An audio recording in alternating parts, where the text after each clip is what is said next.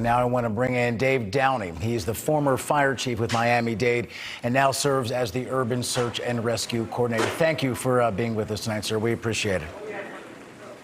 Thank you for having me. I understand you're the contact there for the federal resources that are now pouring there into Surfside. Can you give us a little indication of what the federal government is doing to try and assist folks there on the ground as we get through what we all know is going to be a real tough few weeks? Well, from the urban search and rescue standpoint, because I know there's a lot of other things going on, both from the Miami-Dade County, the state of Florida, and the federal government. You know, from the state of Florida, we have 8 urban search and rescue teams that have been here pretty much since it occurred, within days of the occurrence of the collapse. Now what we're looking at doing is cycling some of those teams out, giving them a little bit of a rest, but trying to maintain the tempo with the same amount of search and rescue teams.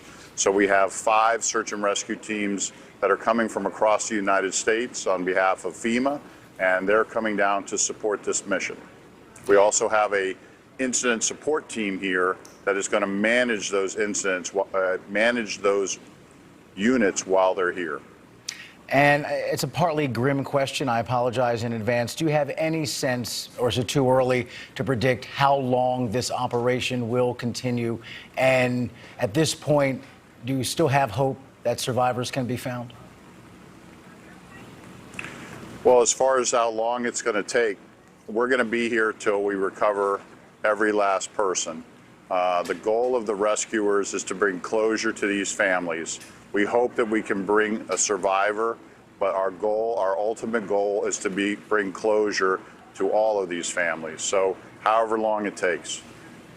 Fair answer, sir. I appreciate that. You also were involved in the aftermath of the Oklahoma City bombing back in the 90s. Any major similarities and or differences between that scene and what you're experiencing now?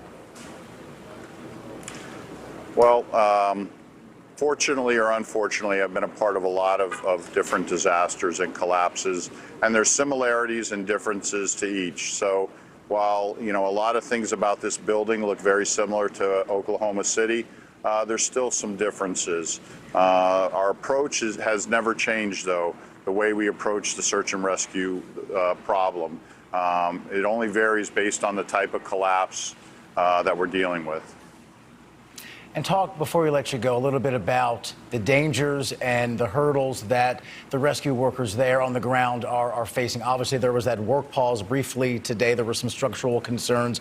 That was not, scary, but not surprising. Now we're keeping an eye on a tropical weather system that may come to that area. Just talk a little bit about the daily grind, both physical and emotional, of those workers there on the ground and the daunting tasks they have before them for weeks to come. I think I couldn't categorize it any better than you just did. The daily grind and the daunting task that's in front of them. They work 12-hour shifts, so we start a shift at 12 p.m. and they end at 12 a.m. and another 4 teams come on at 12 a.m. and they work till 12 p.m.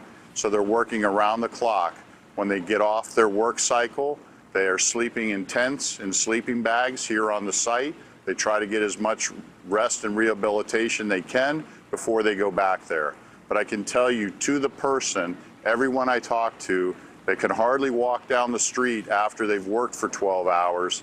But a few hours later, I see them in the rehabilitation area, and they said, "Look, Chief, we're ready to get back to work." This is what they've trained for, this is what they prepared for, and they are going to do everything that they can to help bring closure to these families. Well, to you and all those workers there on the ground, we all admire you and thank you. I can't imagine what you're going through there on the ground. It has to be just indescribably hard, and not to mention grim and emotional. So thank you on behalf of the country for what you've done. You've been through this more than once, so you've carried this weight often. Thank you, Chief, for your time, and Godspeed. You guys do your work there on the ground. Thank you so much.